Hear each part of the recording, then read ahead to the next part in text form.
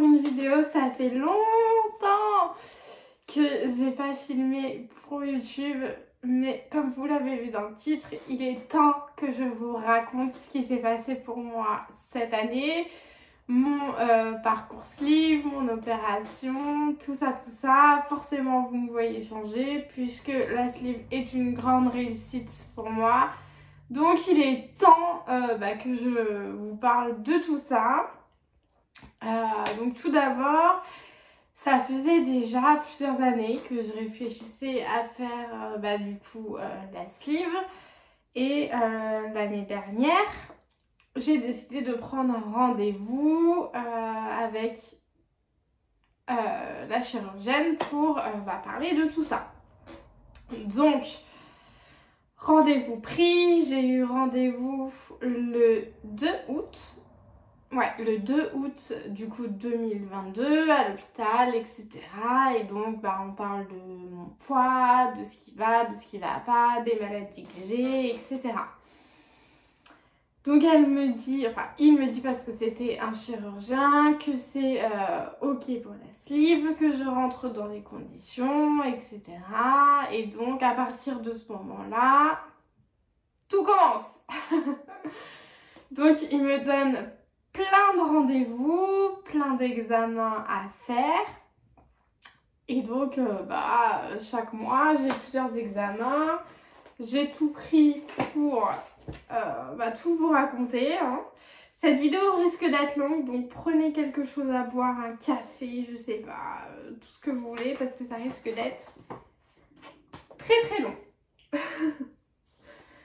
Donc, je fais tous mes rendez-vous, donc EFR, j'ai fait un IRM du poumon parce que mon EFR n'allait pas, les résultats n'étaient pas bons et donc on a découvert que je fais de l'asthme. Bon, on s'en doutait, mais là, ce qui a encore plus joué. Ensuite, j'ai fait la fibrose, c'est l'examen que je redoutais le plus et finalement c'est celui qui s'est le mieux passé. J'ai fait ça sous anesthésie générale.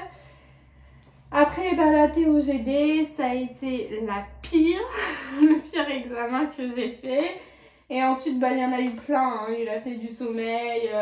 Ensuite, j'ai vu psy, diététicienne, etc. Donc, ensuite, tous ces rendez-vous, c'était... mon dernier rendez-vous était le 20 juin 2023 de cette année. Donc... Entre-temps, au mois de mars, on m'a fait faire 4 ateliers tous les lundis de mars. Donc le premier atelier, c'était pour savoir gérer ses émotions avec la nourriture. Le deuxième atelier, c'était pour parler de la chirurgie. Donc il y avait le chirurgien, etc. qui t'explique ce qu'ils vont faire, la différence entre le bypass, la sleeve, etc. Ensuite, le troisième atelier, c'est là où j'ai rencontré 2 personnes qui ont fait la sleeve. Une où c'était récent et l'autre où c'était plus long du coup. Et le dernier atelier, c'était pour tout ce qui est sport, etc.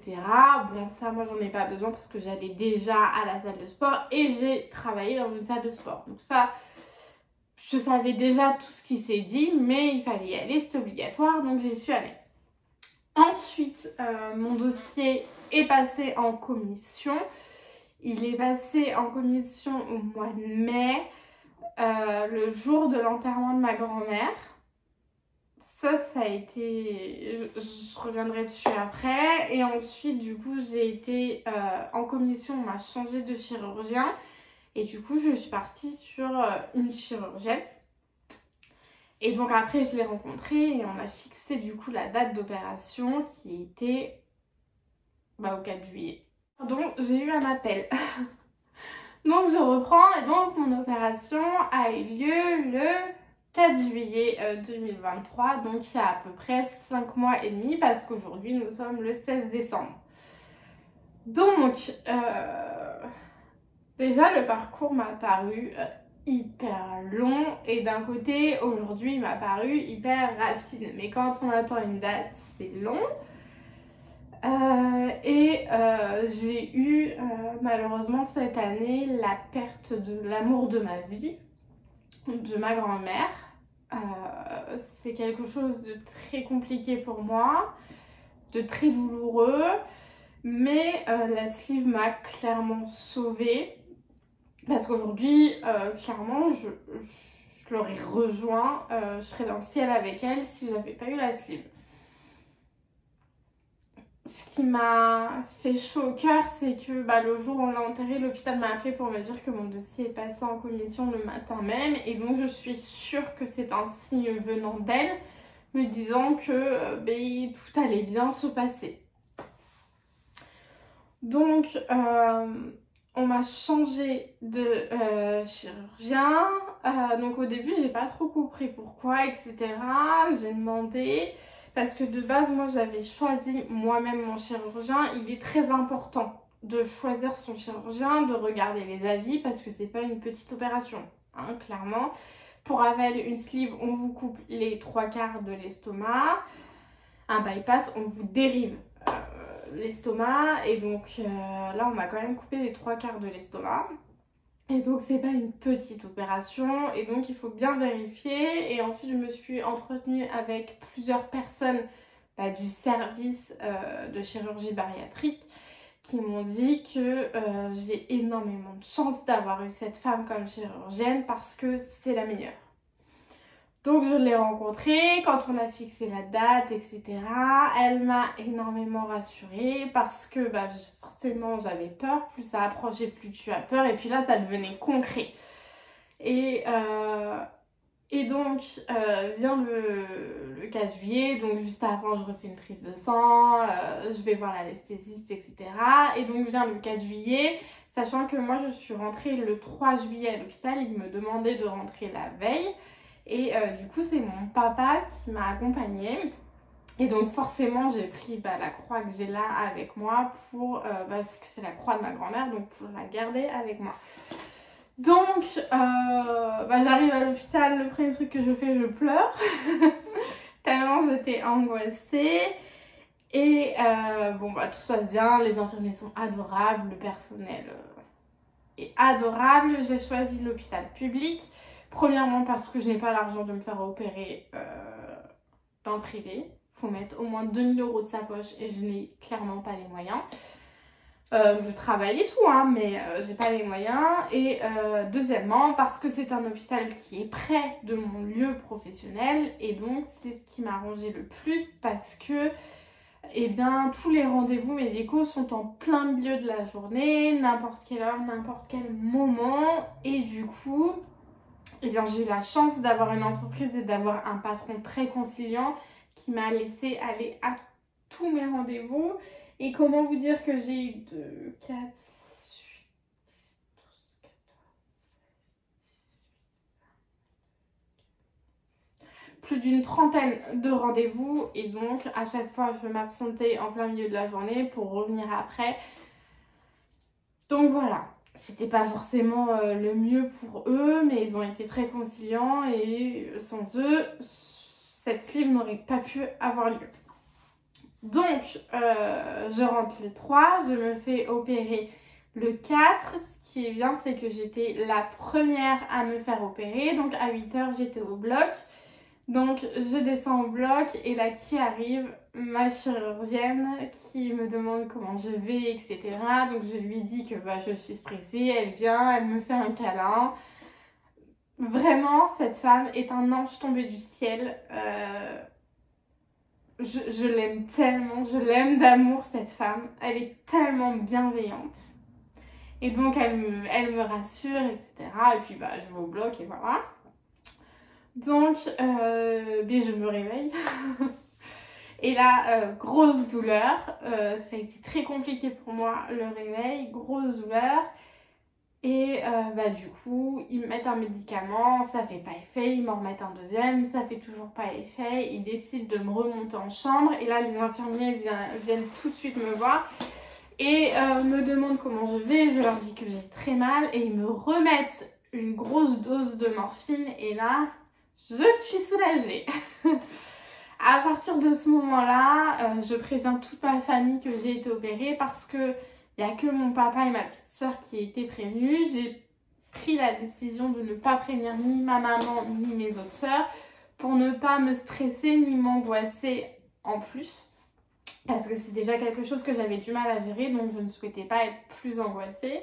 Donc je préviens tout le monde que j'ai été opérée, que je suis réveillée et donc que voilà, je suis vivante, que l'opération s'est très bien passée. Donc la chirurgienne était venue me dire que tout s'était très bien passé.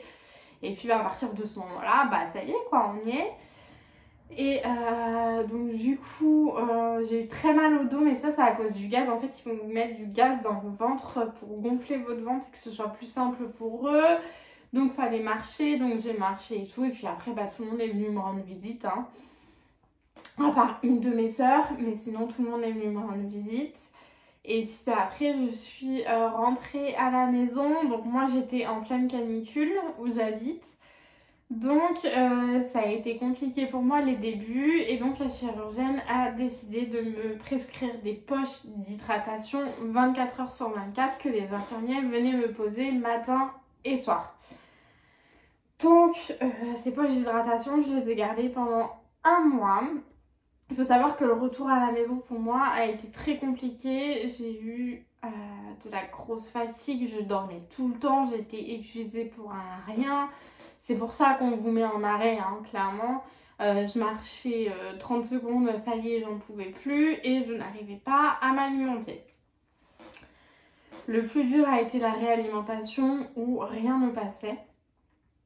J'arrivais pas à manger, c'était vraiment compliqué. J'avalais une cuillère, j'en pouvais plus.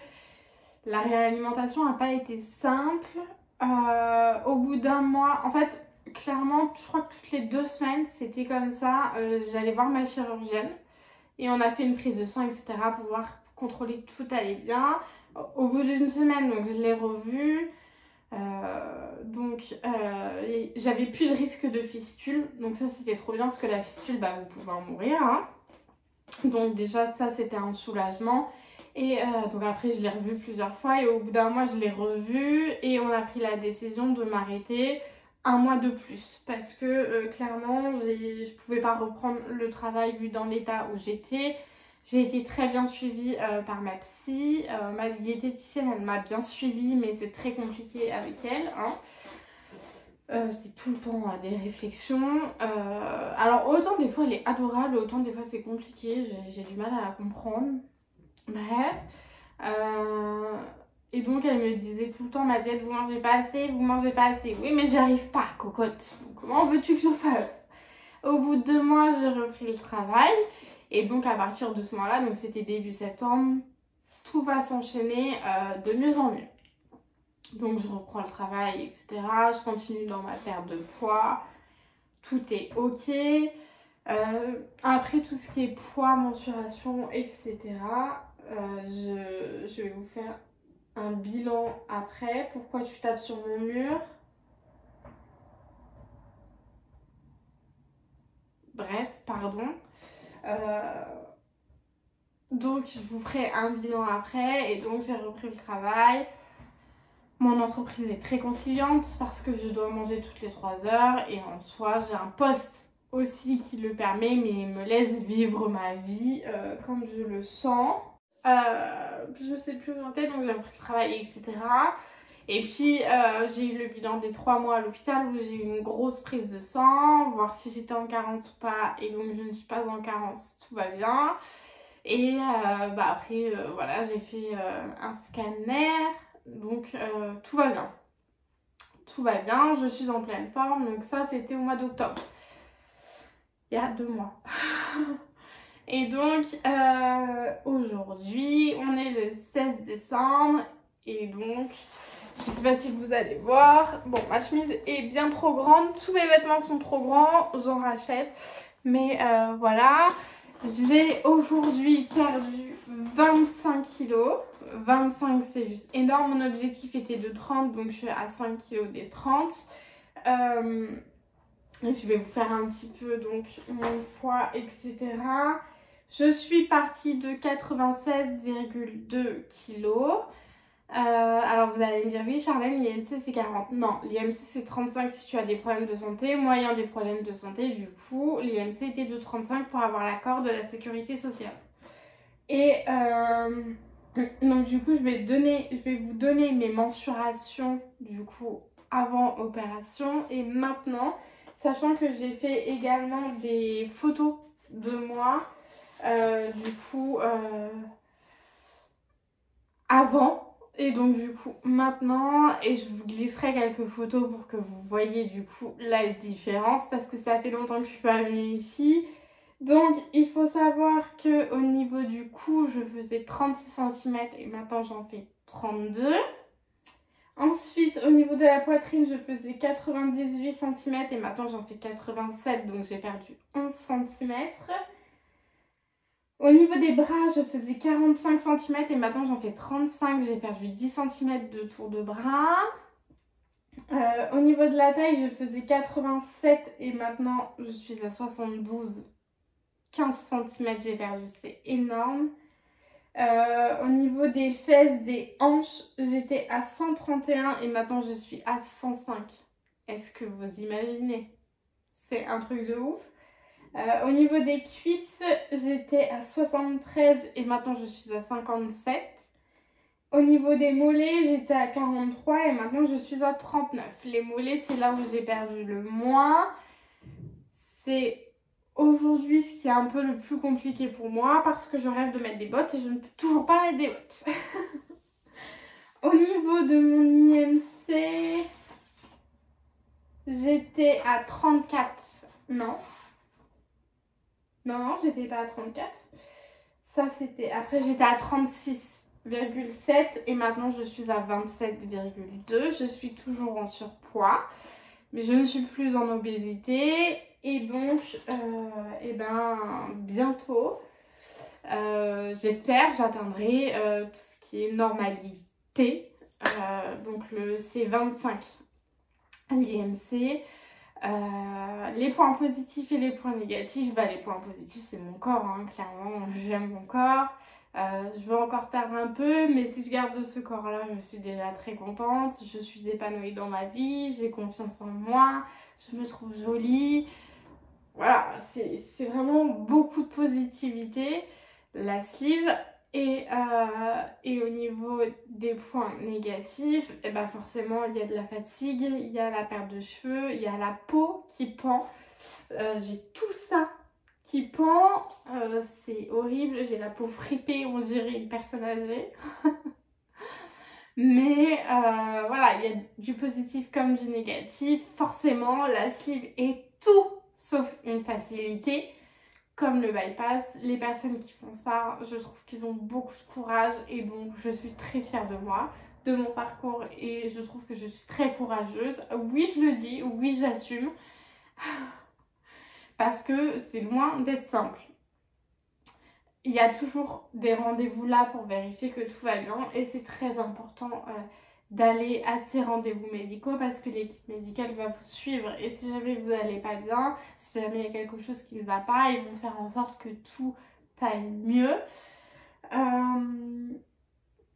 J'ai rencontré des gens suite à cette sleeve qui ont fait le parcours en même temps que moi et aujourd'hui on se retrouve tous ensemble de temps en temps, généralement une fois par mois, et ben pour savoir où on en est, comment ça se passe, on va boire un verre, on va manger ensemble et ça c'est juste topissime parce que bah, quand quelqu'un va pas bien, bah, l'autre peut lui remonter le moral et donc c'est trop top de suivre aussi l'évolution des uns et des autres.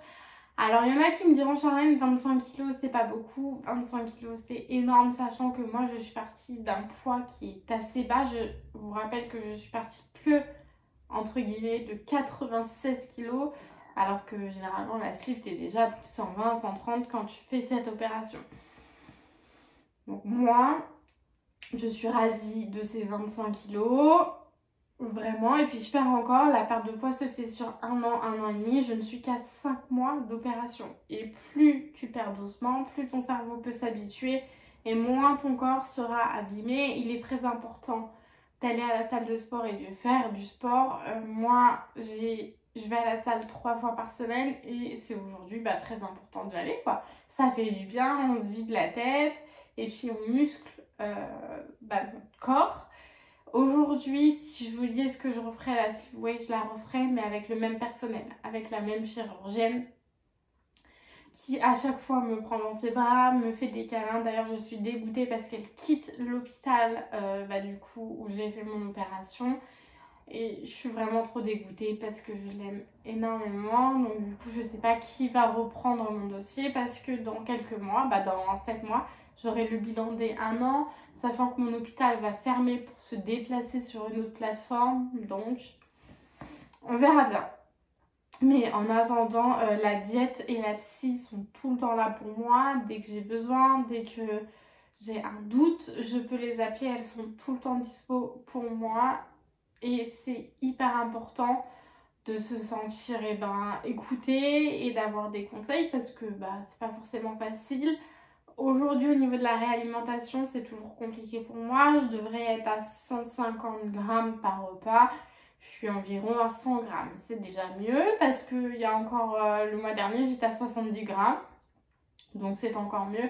Après, forcément, j'ai peur de reprendre du poids. Donc je fais attention. Hein. Mais les repas durent 3/4 d'heure. Et au bout de 3/4 d'heure, je dois arrêter de manger. Et j'ai le droit de boire une demi-heure avant le repas et 1 heure après le repas. Qu'est-ce qui me manque aujourd'hui? Boire pendant les repas et le gazeux. Un bon coca bien frais me manque beaucoup. Mais c'est pas possible parce que le gazeux, c'est ce qui fait dilater l'estomac et donc c'est ce qui fait reprendre du poids. Il faut savoir que l'estomac est un muscle et donc c'est le seul muscle qui peut se réagrandir. C'est pour ça qu'on dit que la sleeve n'est pas magique, que c'est le travail de toute une vie parce que tu peux reprendre du poids. Le bypass c'est pareil, hein, du poids tu peux en reprendre. Et donc il faut bien sûr faire attention à son alimentation. Moi c'est 1/3 légumes, 1/3 protéines et 1/3 féculents. Il y a les collations et puis après tout se suit. Je suis beaucoup plus heureuse et épanouie dans ma vie aujourd'hui. La seule chose, le seul point noir de ma vie, c'est la perte de ma grand-mère qui malheureusement n'a pas pu suivre cette évolution. C'est compliqué pour moi. Hein. Quand vous perdez la personne que vous aimez le plus au monde, ça reste très compliqué. Alors elle me regarde de là-haut, je le sais. Mais c'est compliqué. J'aurais aimé lui dire, tu vois Mémé, j'ai encore perdu du poids. Mais c'est pas possible. Mais sinon dans ma vie tout va bien. J'ai toujours pas rencontré le prince charmant. Je l'attends. Mais aujourd'hui je me focalise surtout sur le deuil de ma grand-mère pour essayer de le faire et sur ma sleeve, sur ma perte de poids. Et puis du coup l'année prochaine il y aura l'opération de la peau qui est aussi prise en charge si vous me posez des questions. Et donc j'ai hâte aussi de la faire, d'enlever cette peau qui pend des bras. Au niveau du ventre, j'ai pas trop de peau qui pend parce que j'avais le ventre plat entre guillemets déjà. Et au niveau des cuisses un petit peu, mais ça va, ça reste raisonnable. Si jamais vous avez des questions, n'hésitez pas à me les mettre en commentaire et du coup je vous répondrai aux questions. Je suis sur TikTok, sur la vie de Charlène, où j'ai filmé tout mon parcours sleeve. Donc si jamais vous voulez, allez-y, allez le regarder. Parce que j'ai vraiment tout filmé. À part l'opération. Et voilà, le après, le avant, tous les rendez-vous, tous les ateliers. J'ai tout filmé. Donc n'hésitez pas à y aller. Et du coup, je vous laisse avec des photos de avant et après.